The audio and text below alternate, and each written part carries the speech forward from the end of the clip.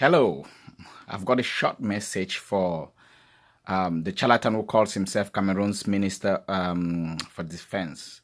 I don't know whatever the full title is. Joseph Beti Assomo. And this is with regards to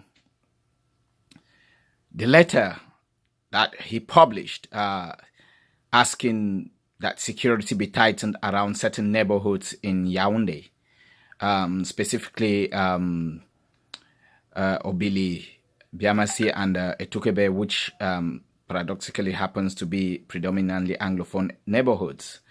I know that his reaction comes from the message that came from WCMC, which said that there were going to be demonstrations in Yaounde and other cities across the world beginning from October 1st.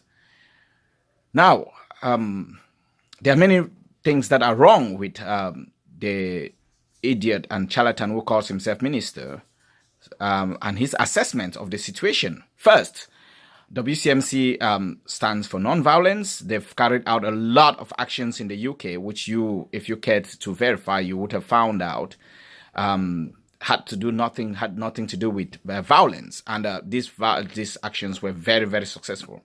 Secondly, you were idiotic enough to assume naively that because it is coming to Yaounde, it must be exported from the English-speaking regions.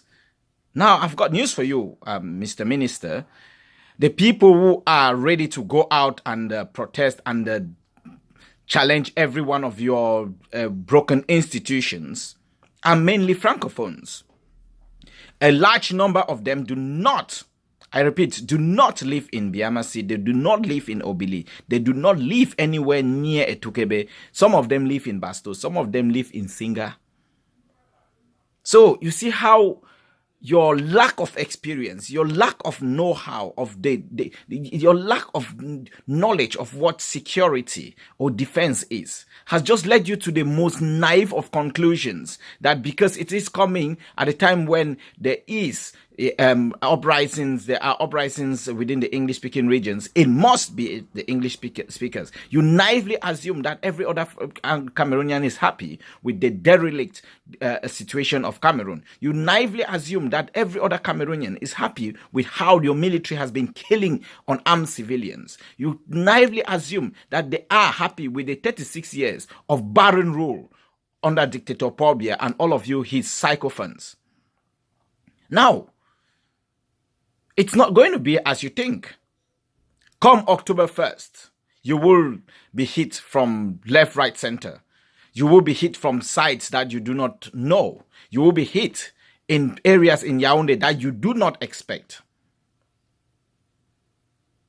By the way, my name is Kingsley Shete, and I am from the strategic team of WCMC. And if you, again, cared to do some little research, you would know that WCMC and the Southern Cameroons Community UK organized some of the most daring non-violent protests in the United Kingdom in London. Your High Commissioner should have informed you, unless he did not write a report to Yaounde of how he was kept overnight in his office at the High Commission. Or maybe he did not inform you that the Two-Star Federation flag was hoisted in front of your High Commission and that permission was sought from the British police and they allowed that to happen. Maybe he did not inform you of those things. Maybe he did not inform you that on the last Commonwealth Day celebrations, which took place at Westminster Abbey, that even though the British Secret Service were there, the Queen was there, Prince Charles was there, when we came out, they didn't see where us come out. That when we stormed the area, they just saw a group of activists, and that when he was told to leave the venue early, he got stopped by protesters. He did not tell you that when he went to the event at the Commonwealth Secretariat, that he was surprised to find out that we knew exactly where he was, and that we stopped him there, and when every other diplomat had gone, he could not go home because he could not escape the wrath of the crowd. That eventually it took him being snuck out in the car of another foreign diplomat. So, charlatan, who calls himself minister, I've got news for you. The day of reckoning is nigh. Your days are numbered. The time when you have used the separation of the country using linguistic lines to make it look like, you know what, the Anglophones are the troublemakers and that you can kill indiscriminately is over. Every Cameroonian feels the pinch of your barren rule, of your oppressive rule, and every Cameroonian is ready to stand up and fight for what is rightfully theirs. And you know what? The Anglophones, what you've called them all sorts of names, they have just ignited the flame that is going to either lead to the burning of that regime or you burn the whole country down.